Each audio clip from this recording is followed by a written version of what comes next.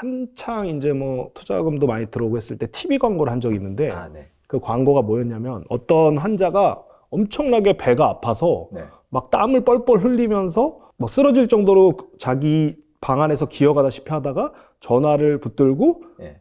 의사랑 통화를 하고 이제 처방을 받고 표정이 환해지는 그런 광고가 있었거든요. 그 약간 미친 거 같은데. 그럼 그러니까? 어떻게 수익을 내죠? 그 수익이 없죠. 아, 수익이 없으니까? 네. 안녕하세요. 김경렬입니다. 요즘 일련의 사건들 때문에 대한민국의 의료 시스템이 정말 거대한 변화를 앞두고 있는데 요즘에 제가 관심을 두고 있는 부분은 비대면 진료, 그러니까 원격 의료입니다. 그래서 오늘은 원격 의료 플랫폼을 직접 창업하시고 운영을 하고 계시는 대표님을 모시고 현재 대한민국의 원격 의료의 현황 그리고 앞으로 미래에 대해서 이야기를 좀 들어보겠습니다. 대표님 안녕하십니까? 안녕하세요. 간단하게 본인 소개 좀 부탁드립니다. 네. 안녕하세요. 저는 신경외과 전문의 김도현이라고 합니다. 한국형 통합의료 플랫폼인 모비닥을 운영하고 있는 플라잉 닥터를 창업을 해서 운영을 하고 있습니다. 아, 선생님, 그 플라잉 닥터는 언제부터 창업을 하신 거죠? 플라잉 닥터는 제가 2021년에 네. 창업을 했고, 제가 사실은 공동 창업한 이유진 대표님과 함께 이제 저희는 사실 평생 임상 의사로 살아왔는데, 네. 저희가 이유진 대표님은 저와는 좀 다르게 저와 이제 레지던트 과정을 같이 한 친구인데, 네. 이유진 대표는 이제 임상을 하지 않겠다고 해서 예전에 스타트업을 한번 했다가 폐업한 경험이 있고, 네. 저는 이제 쭉 임상 의사로서의 길을 걷고 있다가 네. 이제 이유진 대표가 저와 함께 병원에 합류를 해가지고 스타트업을 정리를 하고, 그때 이제 이유진 대표가 저한테 했던 말이, 저보다 이제 동생인데, 네. 아, 형, 내가 이거 해보니까 의료와 관련된 걸 해야 될 것 같다. 네. 전문성이 내가 떨어져서 다른 업종에서는 성공하기가 어려울 것 같고, 그래서 우리가 병원을 같이 하고 나중에 이런 의료 IT와 관련된 한번 스타트업을 해보자. 네. 그래서 저희가 이제 병원을 처음에 2016년에 시작을 하게 됐는데, 네. 다행히 이제 지역 주민들이 너무 좋아해 주시고 해서 병원을 굉장히 빨리 저희가 성장을 시켰거든요. 네. 저희가 한 4년 만에 병원급으로 성장을 하고, 그렇게 하던 중에 2021년에 이제 코로나가 그때 팬데믹이 막 터지기 시작해가지고 비대면 진료가 굉장히 그때 활성화됐고, 사실은 그때 당시만 해도 제대로 준비를 한 업체가 없었기 때문에 다 막 전화로 대충 진료 연결만 해주고 네. 그런 식으로 약간 의료시장의 어떤 특성을 좀 이해를 못하는 상태에서 일단 서비스를 원하는 수요자가 굉장히 많으니까 그때는, 그리고 국가적으로도 이제 대면 진료가 좀 잘 안 되는 상황에서 비대면 진료를 그냥 한시적으로 네, 운영을 해줬었죠. 장려하는 상황이다 보니까, 그래서 그때 이제 많은 업체들이 우후죽순 창업을 했고, 그때 사실은 맨 처음 비대면 진료를 시작했던 회사가 이제 닥터나우라는 회사인데, 네. 그 회사가 이제 어떻게 보면은 의료 시장을 굉장히 좀 부정적인 영향을 많이 줬거든요. 네. 네, 그때 당시 닥터나우 대표님이 이런 발표 자리에서 프레젠테이션을 했을 때 어떤 얘기를 했었냐면은, 카카오 택시가 도입되고 네. 국민들이 편리하게 택시를 이용할 수 있게 됐듯이 의사들도 카카오 택시처럼 플랫폼을 통해서 선택할 수 있게 해주면 좋겠다. 예. 원장님도 의사시니까 아시겠지만 네. 정말 경악할 만한. 근데 그게 저도 닥터나우 말고도 네네. 다른 몇 가지 플랫폼에 들어가 봤지만 정말 그런 플랫폼들은 뭐랄까, 의사가 사실은 필요 없는 탈모약 뭐 리핏이라든지 이런 거밖에는 사실 없어가지고 저희끼리는 사실 그런 업체들을 뭐라고 부르냐면은 네.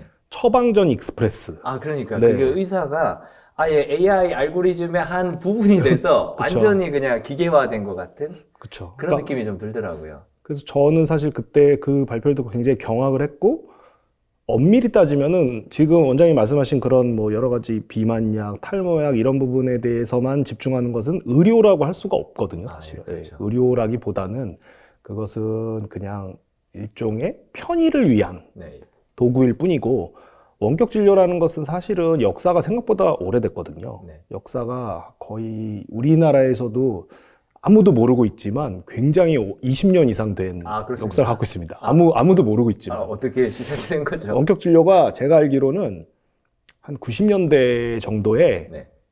이제 막 그때 PC통신이랑 이런 게 가능해지고 네트워크가 지금보다는 굉장히 떨어지지만 그 이전 세대보다는 네트워크가 이제 네. 컴퓨터 네트워크가 좋아졌을 때 의료인과 의료인 사이에서 이제 좀 안 좋은 환자가 격오지에 발생을 했을 때, 네. 군대 같으면 격오지고 혹은 뭐 민간인들은 섬이나 이런 곳에서 환자가 발생을 했을 때 그런 격오지에는 전문성을 가진 모든 과 의사가 배치되기가 어려우니까 그렇죠. 그래서 이런 것들을 컨설팅하는 차원에서 국가에서 시범 사업으로 시작을 했던 게 90년대로 제가 알고 있거든요. 그러니까 네. 역사 굉장히 오래됐는데 근데 이제 우리나라가 굉장히 법이나 이런 법령이 개정이 잘 안 되기 때문에 지금도 원격 의료와 관련된 법이 굉장히 놀랍게 의료법에 조항이 없어요. 그렇습니까? 네, 조항이 없고 예.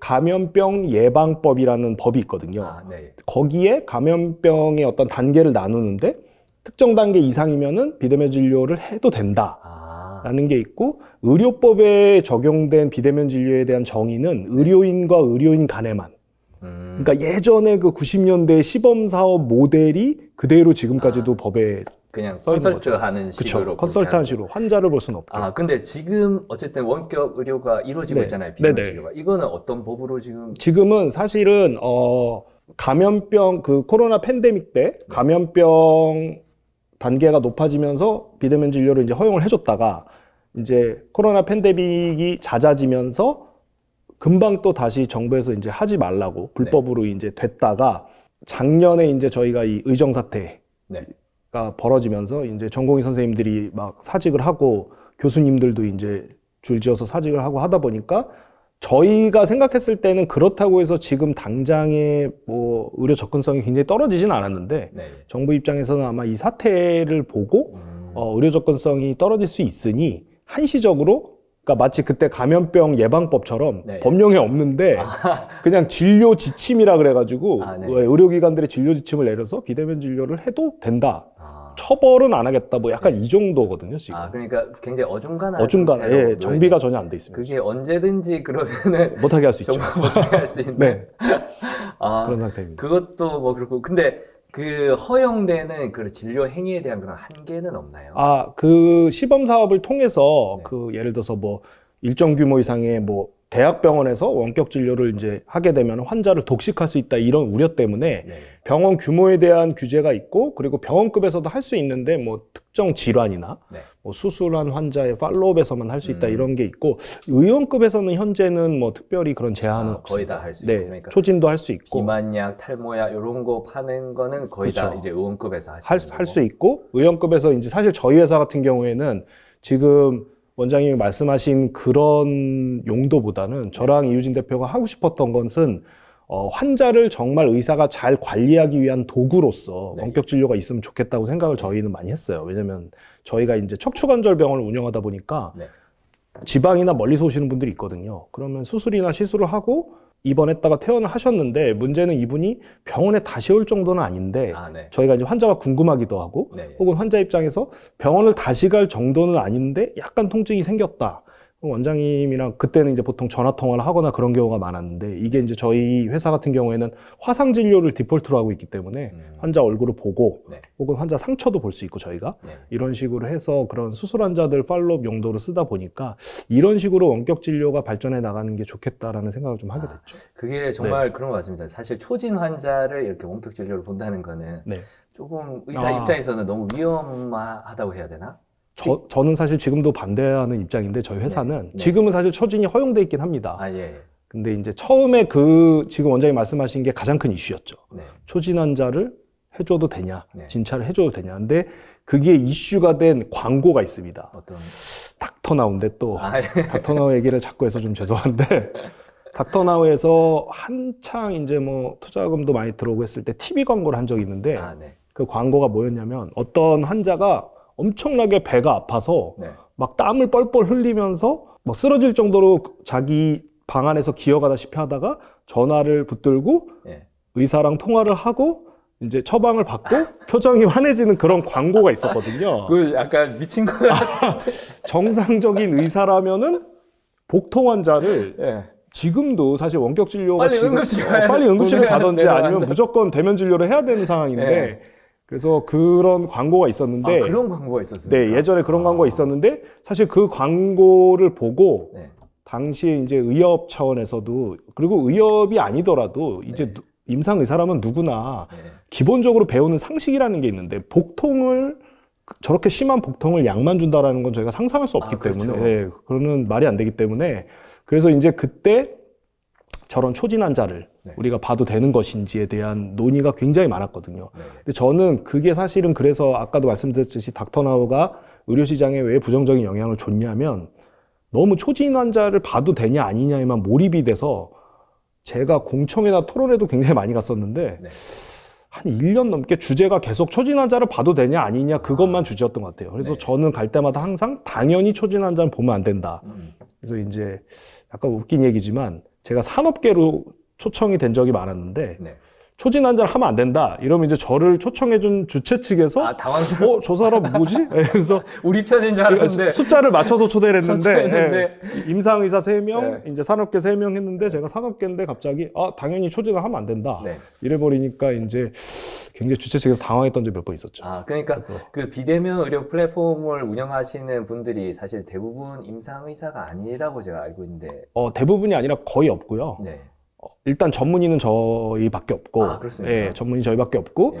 의사분들이 몇 분 계시는데, 네. 그분들이 대부분 말 그대로 의과대학만 그렇죠. 졸업을 해서 의사 면허증은 있지만 네. 임상 경험은 없으시기 약간 때문에. 김윤 뭐. 그쵸. 약간 그런 분들이 대부분이기 때문에, 네. 사실 의료 시장에 대한 이해가 굉장히 많이 떨어지죠. 네. 그래서 그러니까 사실은 원격 의료라는 게 의료 시장에 대한 이해를 하는 게 일단 1번이거든요. 네. 의료 시장이라는 게 일반 시장이랑 굉장히 다르게 정보 비대칭성이 굉장히 네. 심하잖아요. 그렇죠. 그래서 정보 비대칭성이 심한데 보통 일반적으로 저희가 일반적인 시장에서 정보의 비대칭성은 시장의 효율성을 저해하는 요인으로 간주가 되는데 네. 의료 시장에서의 정보의 비대칭성은 정부가 유도한 거거든요. 네. 왜냐하면 배타적인 의사 면허를 통해서 환자에게 해가 가면 안 되기 때문에 의료 행위를 특정인만 할 수 있게 만들어 놓고 그것은 사실 저희 나라만 그런 게 아니라 글로벌 스탠다드이기 네, 때문에 그렇죠. 근데 이런 의료 시장의 특징이 있는데 이걸 모르는 상태에서 아까 말씀드렸듯이 카카오 택시처럼 의사를 고르게 해야겠다. 제가 그때 바로 반박을 하긴 했습니다. 왜냐하면 네. 카카오 택시는 택시가 물론 서비스가 약간 다를 수 있고 네. 기사님들의 어떤 성품이 다를 수 있지만 네. 목적지에 도착한다는 파이널 골은 어차피 동일하잖아요. 그렇기 때문에 큰 차이는 없는데 네. 의사 같은 경우에는 환자 입장에서는 어떤 질병이 있는데 이 질병에 대한 정보가 부적절한 상태에서 의사들이 만약에 카카오 택시처럼 나열된다면 네. 이 의사가 이 수술을 할 수 있는지 혹은 그렇죠. 내가 무슨 수술을 받아야 되는지도 모르는 상태에서 의사를 고른다는 게 사실은 어불성설이거든요. 맞습니다. 네, 그래서 진짜.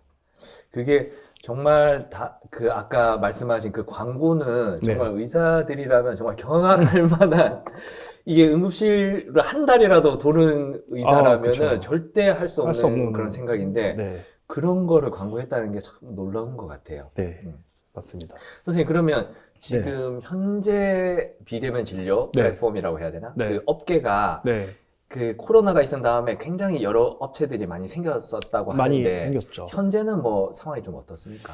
그때 한창 그 코로나 팬데믹 때는 앱을 출시한 업체가 제가 알기로는 거의 60개가 넘었었거든요. 60개나 됐어요? 60개가 넘었는데 네. 지금도 뭐 수십 개가 있지만 네. 의미 있게 이제 서비스가 유지되고 있는 회사는 한 10개 안쪽이고 결국은 이제 문제가 됐던 게 그거였죠. 사실은 그럼 코로나 팬데믹 때는 원격 의료 수요가 굉장히 높았으니까 네. 그런 원격 의료 업체들이 수익이 굉장히 높았냐? 그렇지 않죠. 왜냐면은 의사들은 알 수 있는데 얼핏 생각해보면 원격 의료에서 발생할 수 있는 수익이라는 게 네. 환자와 의사를 연결해주고 수수료를 받는 건데 네. 그게 우리나라에서는 법으로 금지돼 있거든요. 그렇습니까? 네, 의료법에 환자 유인 행위라는 예. 조항이 있는데 그것을 굉장히 폭넓게 해석을 해요. 보건복지부에서. 네. 그래서 플랫폼 업체들이 대부분 가장 간단한 비즈니스 모델이 우리 플랫폼을 이용하면 돈을 내세요인데 네. 그 모델이 우리나라에서 금지돼 있거든요.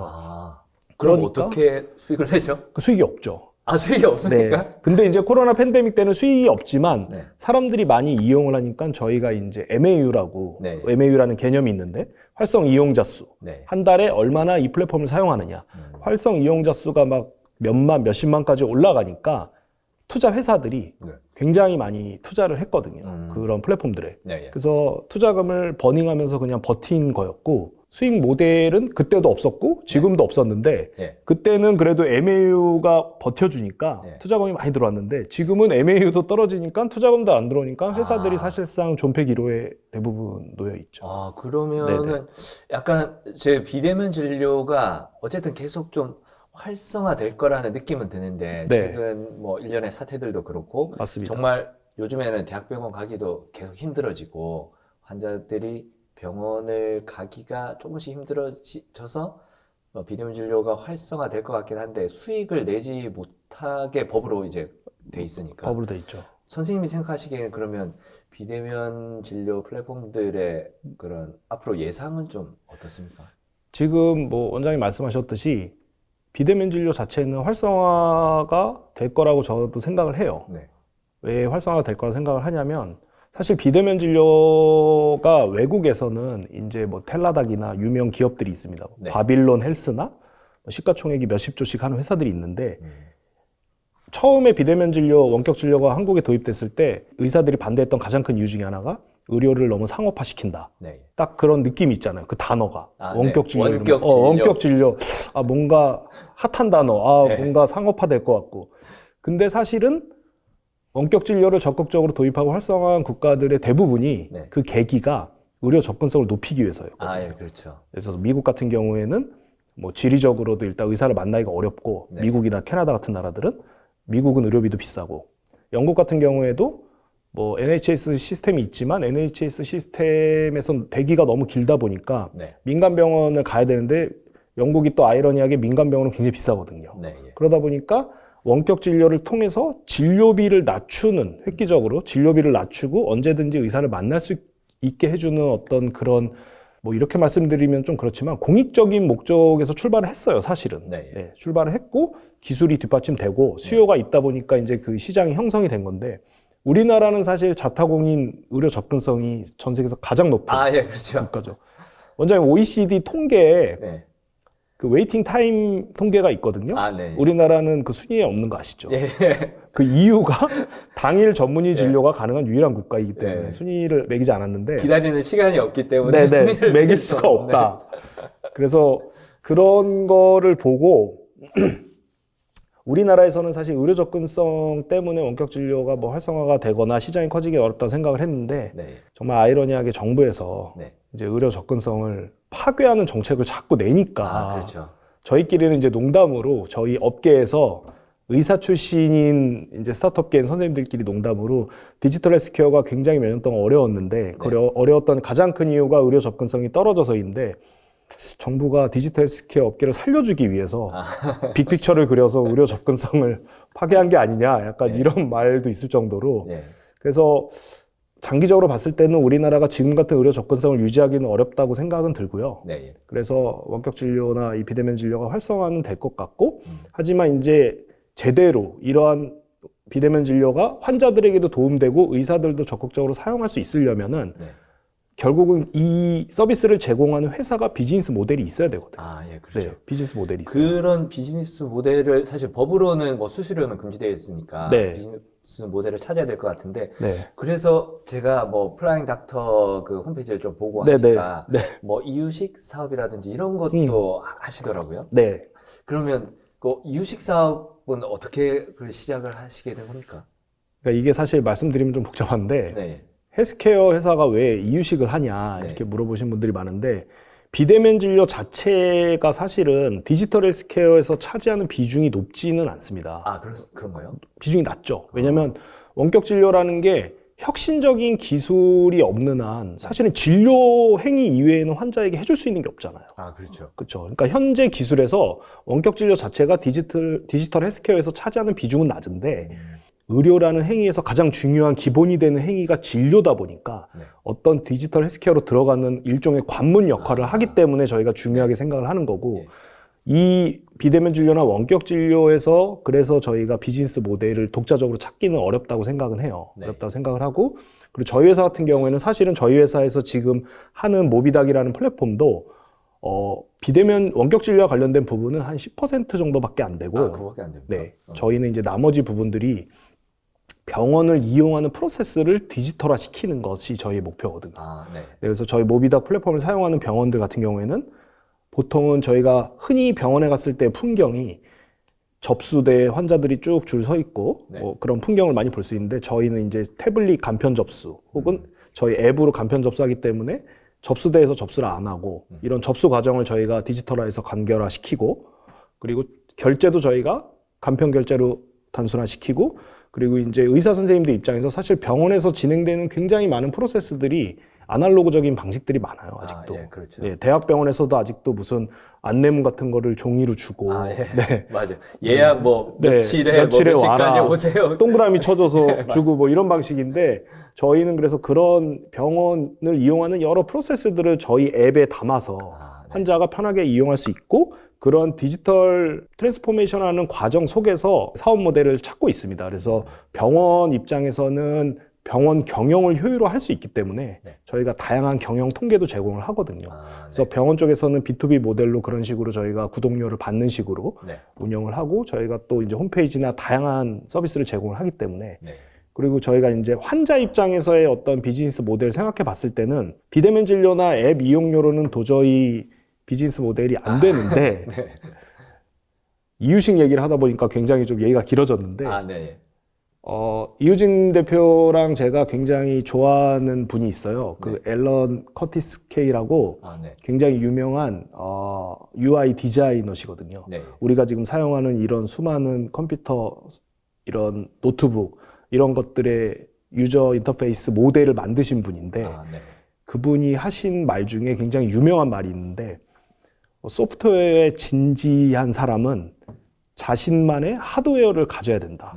그래서 그것을 실천한 회사가 가장 잘 실천한 회사가 애플이거든요. 아, 그렇죠. iOS라는 소프트웨어가 있음에도 불구하고 이것을 더욱더 활용을 잘하기 위해서 뭐 아이폰이나 여러 가지 디바이스들을 이제 판매를 하고 그런 것들을 통해서 본인들의 소프트웨어를 더 고도화시키는 선순환의 모델을 만들었는데 저희가 사실 생각한 모델도 그 모델이었거든요. 네.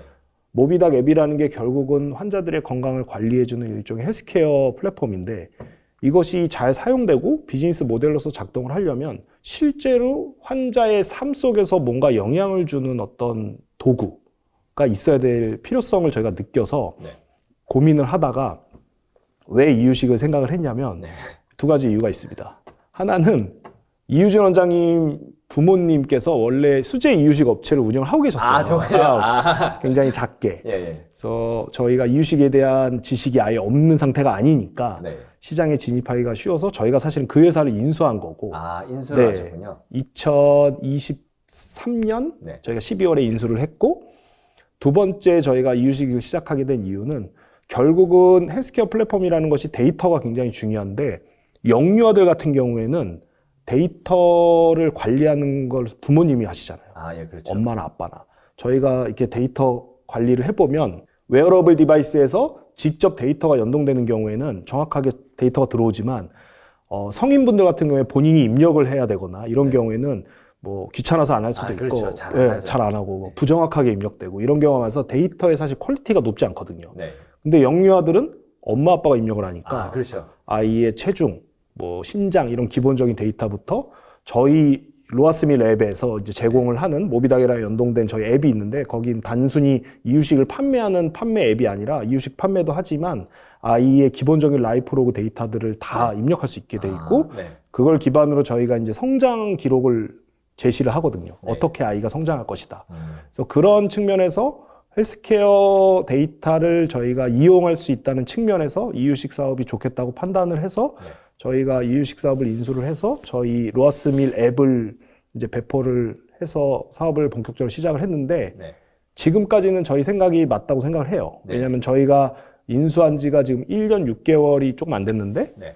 저희가 인수하기 전에 로아스밀이 월 매출이 한 5천만 원 정도였는데 네. 지금 월 매출이 한 3억 원 이상이거든요. 아, 예. 그래서 그 굉장히 프리미엄 이유식으로 네. 유명하다는 얘기 제가 네, 네. 들었습니다. 그래서 아마 저희가 그래서 이유식으로 끝나는 게 아니고 네. 이 저희의 생각이 맞았다. 이렇게 직접 환자나 고객들의 삶을 변화시킬 수 있는 하드웨어, 우리 소프트웨어와 연동된 하드웨어가 필요하다는 생각에 저희가 앞으로는 네. 여러 가지 지금 아이디어가 있는데 뭐 스마트 체어라든지 사람들이 실생활에서 사용할 수 있는 하드웨어들을 개발을 해서 접목을 하면은 네. 저희가 데이터를 모을 수 있는 수단도 될 뿐더러 그것 자체로서 비즈니스 모델이 되거든요. 네, 예. 그래서 저희가 그런 식으로 저희는 비즈니스 모델을 꾸려갈 생각입니다.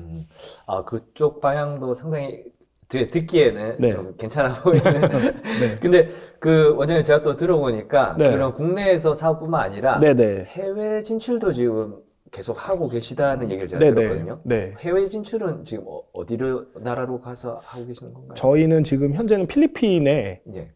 제가 직접 운영하는 병원도 있고, 아, 필리핀에서 병원을 운영하고 네, 계세요? 통증 클리닉이 필리핀 마닐라에 최초로 저희가 한국형 통증 클리닉을 오픈을 해서 네. 운영을 하고 있고, 모비닥도 진출을 해서 네. 운영을 하고 있는데, 아, 정말요? 네, 아, 필리핀에 진출하게 된 계기가 아까도 말씀드렸듯이 플랫폼의 가장 기본적인 수익 모델은 이제 수수료, 네. 구독료 모델인데 우리나라를 제외하고 대부분의 국가에선 합법이거든요. 아, 예, 그렇죠. 합법이기 때문에 일단은 해외는 나가야겠다고 생각은 처음에 했고, 네. 그다음에 두 번째 생각한 것은 과연 그러면 우리나라의 플랫폼이 당장 우리보다 선진국인 국가에서 경쟁력이 있을 것이냐를 생각해 봤을 때는 쉽지 않은 문제라고 생각을 했는데, 이제 동남아시아 같은 경우에는 우리나라보다 이제 국민 소득이 낮지만, 네. 국민 소득에 비해서는 스마트폰 사용 비율이 굉장히 높거든요. 아, 네. 네. 그래서 동남아시아 마닐라만 해도 스마트폰 사용 인구가 90% 정도 되기 때문에 네. 저희가 이제 그런 IT 네트워크가 생각보다 좋다는 장점이 첫 번째 있었고, 두 번째는 제가 이 얘기를 하면은 의사분들도 굉장히 놀라시는데, 네. 필리핀의 전문의 초진 진찰료가 얼마인지 아세요? 아, 얼마죠? 우리나라가 한 2만 원 조금 넘죠. 네. 필리핀 같은 경우에는 사실 법으로 정해져 있지 않아서 의사마다 책정할 수가 있는데 일반적으로 우리나라의 2배 정도 됩니다. 아, 정말요?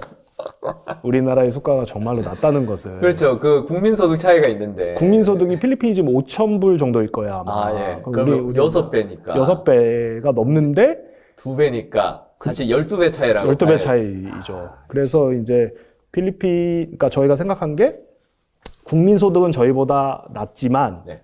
이런 스마트폰이나 IT 기기 사용 비율은 높고, 네. 그리고 의료비 지출이 높은 나라다 보니까 당연히 디지털 헬스케어에 대한 수요가 있을 것이라고 생각을 해서 네. 이제 동남아시아로 저희가 일단은 결정을 했는데, 네. 그 중에 또 필리핀을 결정하게 된 계기는 공용어가 영어이기 때문에 아, 네. 저희가 이제 비즈니스 환경에서는 영어를 사용하는 게 굉장히 중요하거든요. 그래서 앱도 영어로 출시할 수 있으니까. 그래서 저희가 이제 필리핀에 진출을 해서 그렇게 운영을 하고 있습니다. 아, 그러니까 필리핀의 수가가 한국의 2배라는 게 참 재밌네요. 많은 분들이 한국 의사들이 이제 일 안 하면은 동남아 의사를 막 수입해가지고 막 필수 의료 그쵸. 막 이런 데서 막 싸게 부리려고 이렇게 생각을 하고 있는데 절대 안 오죠. 동남아 의사 한국에 안 옵니다, 여러분. 네. 동남아에서 안 와요. 한국에 절대 안 오고. 네. 근데 이제 제가 필리핀 처음에 갔을 때 이상했던 점이 있었어요. 왜냐면 네. 수가가 우리보다 절대적으로도 높고 네. 국민 소득 대비로는 굉장히 높은 편인데 필리핀 의사가 생각보다 그렇게 굉장히 잘 산다는 느낌은 없었거든요. 아, 물론 네. 이제 굉장히 상류층인데 네. 제가 봤을 땐 그냥 절대적으로 저보다 훨씬 부자여야 될 것 같은 분들이 그렇지 않더라고요. 네. 네. 그래서 이제 그거는 사실 필리핀 의료 제도 때문인데 네. 여러 가지 의료 제도가 있지만 필리핀이 그 신용 대출 제도가 없어요. 아, 네. 그러니까 병원을 오픈을 못 하는 거죠, 의사들이. 아, 네. 그러다 보니까 수가에 비해서는 이제 소득이 굉장히 높진 않은데 그래도 한국에 올 정도로 소득이 낮진 않습니다. 아, 예. 제가 이제 친한 필리핀 의사들이 있기 때문에 네. 물어보면은 얼마 받으면 한국에 올 거야 이렇게 물어보면은 네. 저한테 대답해줄 금액이 있는데 이 돈이면은 그냥 한국 의사한테 주는 게 낫겠다라는 생각을 했죠. 아, 네. 그 필리핀에 그러면 그 사업도 지금 계속 뭐 확장이 되고 다른 나라도 네. 뭐 생각하고 계신? 네, 일단은 동남아 인접 국가로도 저희가 확장할 생각이고, 네.